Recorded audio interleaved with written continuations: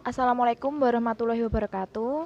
Kami dari kelompok 11 akan mempresentasikan tugas makalah kami yang berjudul Pendapatan Nasional dan Analisisnya dalam Perspektif Ekonomi Islam. Di sini ada 5 bab yang akan kami bahas. Yang pertama adalah pendapatan nasional dan ruang lingkup pendapatan nasional. Yang kedua, pendapatan nasional dalam perspektif Islam. Yang ketiga, perekonomian 2 sektor, perekonomian 3 sektor, serta perekonomian 4 sektor pada sistem ekonomi konvensional. Yang keempat, perekonomian 4 sektor pada sistem ekonomi Islam. Lalu yang terakhir ada fungsi tabungan dan investasi. Pendapatan nasional dan ruang lingkup pendapatan nasional. Pendapatan nasional adalah jumlah pendapatan yang diterima oleh seluruh rumah tangga keluarga atau RTK di suatu negara dari penyerahan faktor-faktor produksi selama 1 tahun. Konsep pendapatan nasional pertama kali dicetuskan oleh Sir William Petty dari Inggris yang berusaha menaksir pendapatan nasional Inggris pada tahun 1665. Berikut adalah beberapa konsep pendapatan nasional. Yang pertama ada produk domestik bruto atau GDP. Merupakan jumlah produk berupa barang dan jasa yang dihasilkan oleh unit-unit produksi di dalam batas suatu wilayah negara atau domestik selama 1 tahun. Yang kedua, produk nasional bruto atau GNP. Meliputi nilai produk berupa barang dan jasa yang dihasilkan oleh penduduk suatu negara nasional selama 1 tahun, termasuk hasil produksi barang dan jasa yang dihasilkan oleh warga negara yang berada di luar negeri, tetapi tidak termasuk hasil produksi perusahaan asing yang beroperasi di wilayah negara tersebut.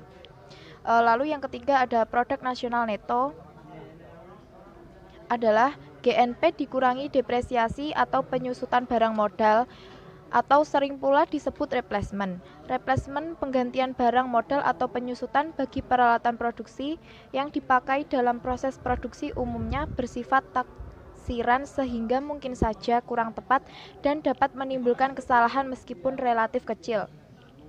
Lalu ada pendapatan nasional neto, adalah pendapatan yang dihitung menurut jumlah balas jasa yang diterima oleh masyarakat sebagai pemilik faktor produksi. Besarnya NNI dapat diperoleh dari NNP dikurangi pajak tidak langsung. Yang dimaksud pajak tidak langsung adalah pajak yang bebannya dapat dialihkan kepada pihak lain seperti pajak penjualan, pajak hadiah, dan lain-lain. Pendapatan perseorangan atau PI adalah jumlah pendapatan yang diterima oleh setiap orang dalam masyarakat, termasuk pendapatan yang diperoleh tanpa melakukan kegiatan apapun. Pendapatan perseorangan ini juga menghitung pembayaran transfer atau payment. Lalu ada pendapatan yang siap dibelanjakan. Pendapatan yang siap dibelanjakan atau disposable income adalah pendapatan yang siap untuk dimanfaatkan guna membeli barang dan jasa konsumsi dan selebihnya menjadi tabungan yang disalurkan menjadi investasi. Selanjutnya adalah pendapatan nasional dalam perspektif Islam. Model ekonomi Islam dalam beberapa hal sama dengan yang diungkapkan dalam ekonomi modern, baik makro maupun mikro. Namun, dalam beberapa hal ada keunikan dari model ekonomi Islam yang dibangun dari model paradigma Islam sebagai suatu sistem kehidupan atau way of life. Dalam Islam, diungkapkan bahwa manusia tidak sekedar sebagai makhluk yang mempunyai kecenderungan berperilaku ekonomi atau homo economicus, tetapi lebih daripada itu, bahwa manusia adalah makhluk ciptaan Allah SWT yang mempunyai tugas dan kewajiban beribadah kepadanya dengan mengikuti perintahnya dan menjauhi larangannya untuk mencapai kehidupan maslahah yang diridhoinya. Jadi, dalam model ekonomi Islam, manusia merupakan makhluk yang kecenderungan perilaku ekonominya terikat oleh aturan syariat Islam atau homo islamicus yang tidak hanya sekedar memenuhi hasrat material ekonomi semata, tetapi merupakan bagian dari ibadah dan ketaatan kepada syariat Islam yang ditetapkan Allah SWT. Jadi, pendapatan nasional dalam perspektif Islam harus sesuai dengan syariat Islam yang ada, agar kita semua mendapat keridhaan dari Allah SWT. Kita harus menjalankan segala perintahnya dan menjauhi segala larangannya dalam melaksanakan kegiatan perekonomian agar pendapatan nasional yang dimiliki oleh negara bersih dan mendapatkan keridhaan dari Allah. Dalam memperoleh pendapatan nasional sendiri tidak hanya sekedar untuk memenuhi hasrat material ekonomi semata, tetapi merupakan bagian dari ibadah dan ketaatan kepada syariat Islam yang telah ditetapkan oleh Allah SWT. Selanjutnya yaitu perekonomian dua sektor, yaitu perekonomian sederhana yang terdiri dari sektor rumah tangga dan sektor perusahaan. Dalam perekonomian dua sektor, tidak terdapat pajak dan pengeluaran pemerintah. Bukan hanya perekonomian dua sektor pun tidak Bukan hanya itu, perekonomian dua sektor pun tidak melakukan perdagangan luar negeri, yakni tidak melakukan kegiatan ekspor dan impor. Pengertian perekonomian tiga sektor. Pelaku kegiatan ekonomi terdiri dari pelaku kegiatan yaitu rumah tangga. Dalam dunia nyata, pelaku kegiatan ekonomi bukan hanya mereka, namun ada pelaku lainnya yaitu pemerintah.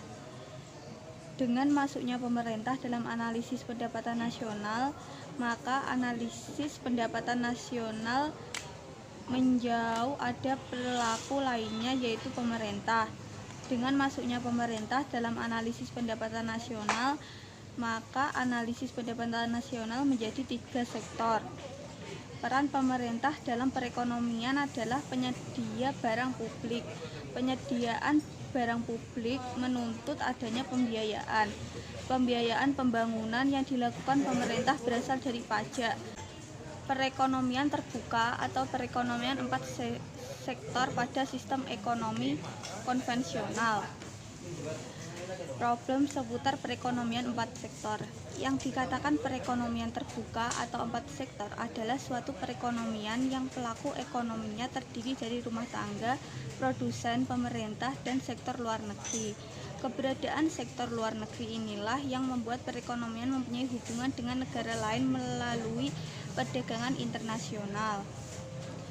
Adapun manfaat perdagangan internasional adalah memperoleh barang yang tidak dapat diproduksi di negeri sendiri, memperoleh keuntungan dari spesialisasi, memperluas pasar dan menambah keuntungan, dan transfer teknologi modern.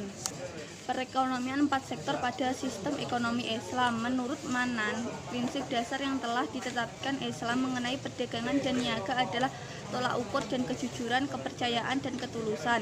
Prinsip perdagangan dan niaga adalah tolak ukur dan kejujuran, kepercayaan dan ketulusan. Prinsip perdagangan dan niaga telah ada dalam Al-Quran dan Sunnah, seperti melakukan sumpah palsu, memberikan takaran yang tidak benar, dan menciptakan iktikat baik dalam transaksi bisnis.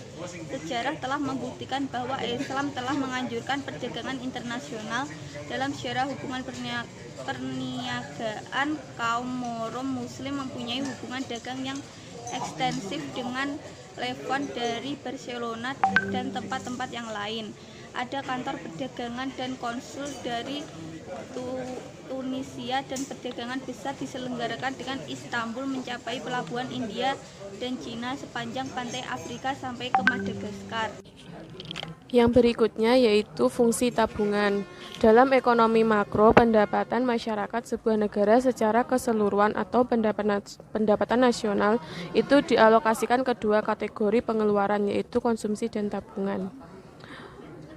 Fungsi konsumsi adalah suatu kurva yang menggambarkan sifat hubungan di antara tingkat konsumsi rumah tangga dalam perekonomian dengan pendapatan nasional perekonomian tersebut. Fungsi ketabungan adalah suatu kurva yang menggambarkan sifat hubungan di antara tingkat tabungan rumah tangga dalam perekonomian dengan mendapatkan nasional perekonomian tersebut. Yang selanjutnya yaitu fungsi investasi. Pengertian investasi menurut ilmu ekonomi adalah pengeluaran penanaman modal maupun perusahaan untuk membeli barang-barang, modal dan juga perlengkapan produksi untuk menambah kemampuan memproduksi barang serta jasa yang tersedia dalam perekonomian. Demikian presentasi dari kelompok kami. Ada kurang lebihnya kami mohon maaf. Sekian dari kami. Terima kasih. Wassalamualaikum warahmatullahi wabarakatuh.